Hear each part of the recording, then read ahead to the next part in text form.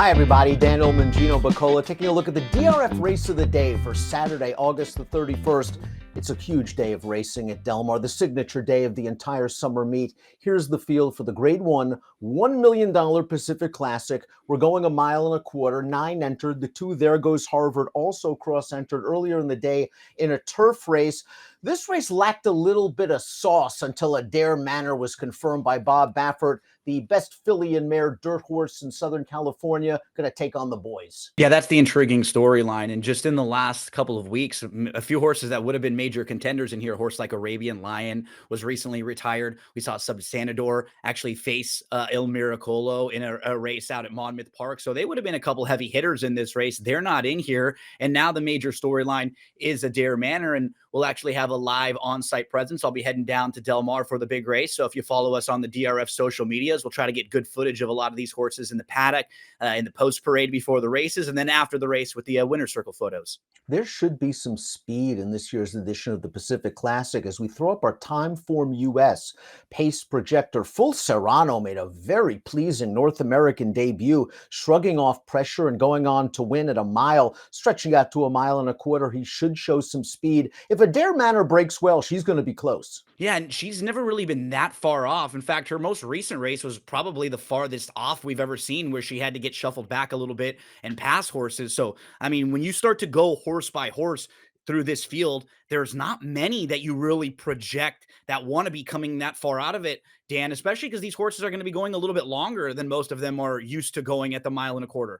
He's expected to be fast. The 8 None Above the Law has the fastest Timeform US late pace rating. We'll kick things off with Il Miracolo. This horse has ground out $750,000 the hard way. He's a real honest horse. He's returning on only 2 weeks rest, however, after this race in the Illman over a wet track at Monmouth. Kind of an odd race in that he was pushing the pace, couldn't go with Subsanador on the second turn, and then sort of re-rallies. This grinding style could work well at 1.25 miles.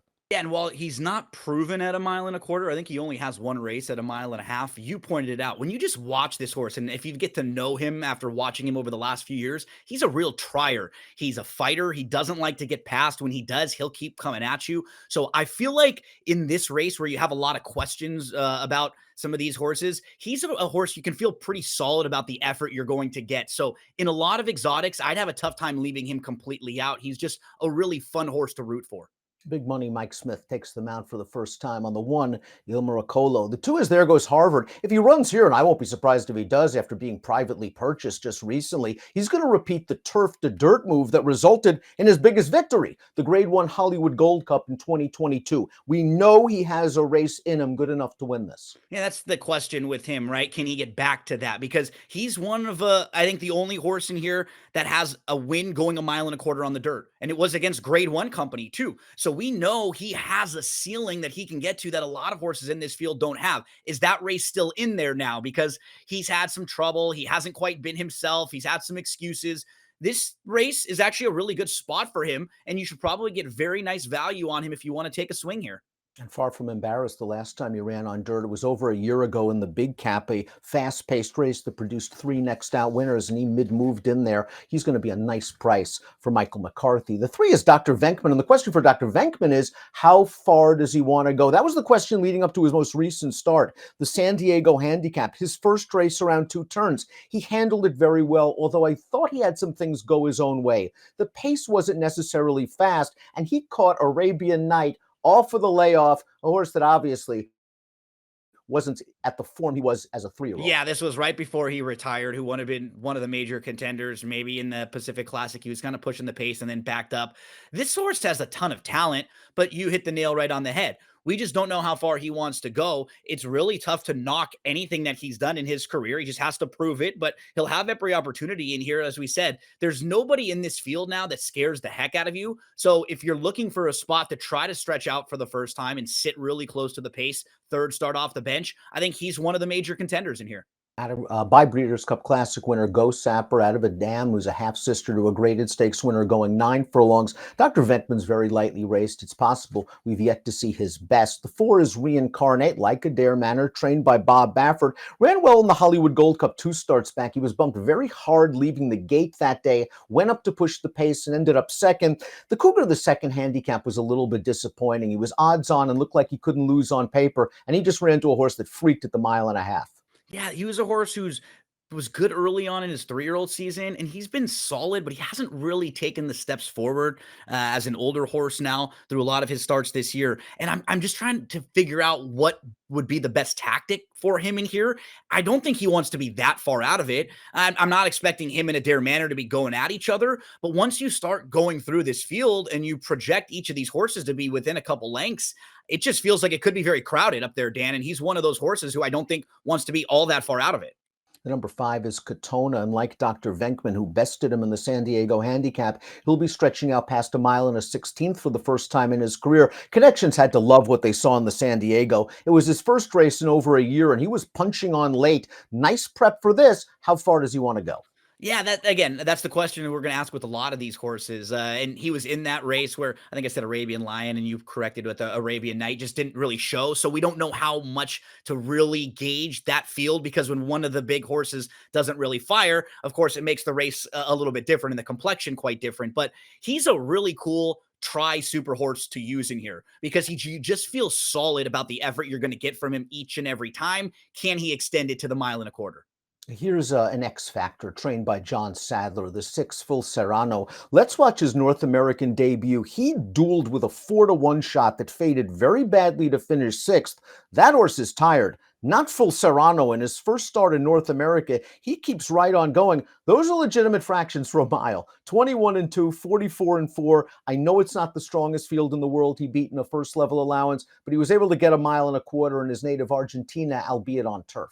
This was really impressive. It's one of those races that you kind of remember when you're watching it live because you're just waiting for him to stop. You just keep waiting throughout the race at different points where, oh, yeah, this horse is going to come back to the field now. Oh, yeah, he's going to stop. And he just kept going. And he had a couple different challenges and he put them away. And he kept just showing that he wasn't look like he was slowing down there. He's kind of green, but he was still really talented. And he's just a horse who's a total wild card.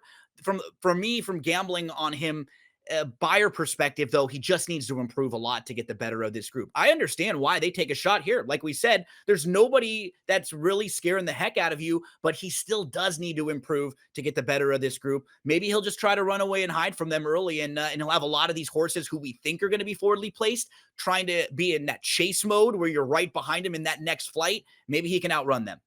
5-pound weight shift in the favor of the mare, the number 7, Adair Manor, and she might not need it. She's won a 10 of 18 in her career. She brought a 5-race win streak into the Breeders' Cup Distaff last year. It didn't work out for her. She brushed that loss right off. She hasn't been stopped since. 3 major wins, and I thought the Clementel horse was the best I ever saw her because, as you mentioned early on, she likes to be close to the pace. And here she had a lot of work to do and a good horse to reel in. We saw Scylla come back and establish this form very, very well in the ballerina at Saratoga last week. And Adair Manor runs right by her.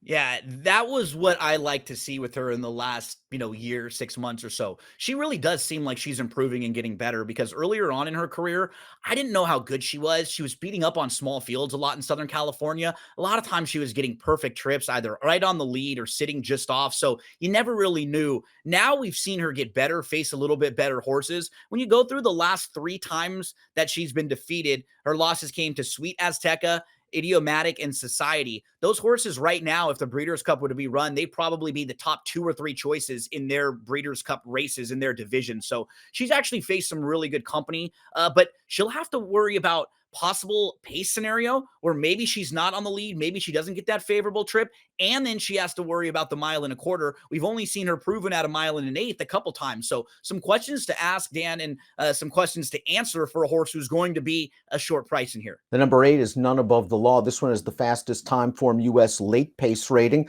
working out the similar turf to dirt move that resulted in this victory at Los Alamitos last time out. It's the Bertrando for Calabreds. None Above the Law was very patiently handled at the back, swings to the far outside, and takes advantage of this long stretch, beating a bunch of turf horses. Yeah, this is actually a horse who was a grade 2 winner back in 2021, still is a grade 2 winner. They can't take it away from him, right, Dan? But he just feels a cut below some of these horses going a mile and a quarter on the dirt. That's my concern. He went a mile and 3/8 on the turf once, but we've never really seen him at this trip going long on the dirt like this. So I could see him splitting the field, passing some tired horses late. I just don't know if he's good enough to beat 3 or 4 of the better horses in here.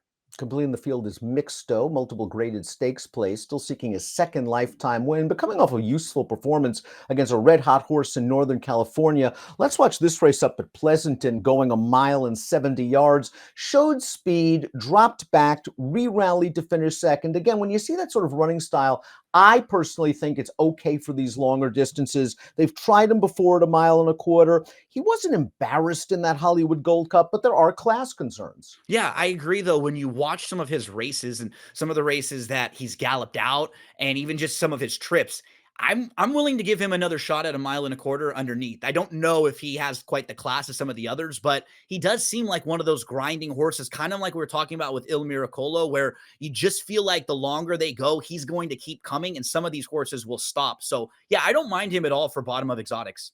Before we take a look at our top selections, please click the subscribe button on the Daily Racing Form YouTube channel for the latest DRF videos.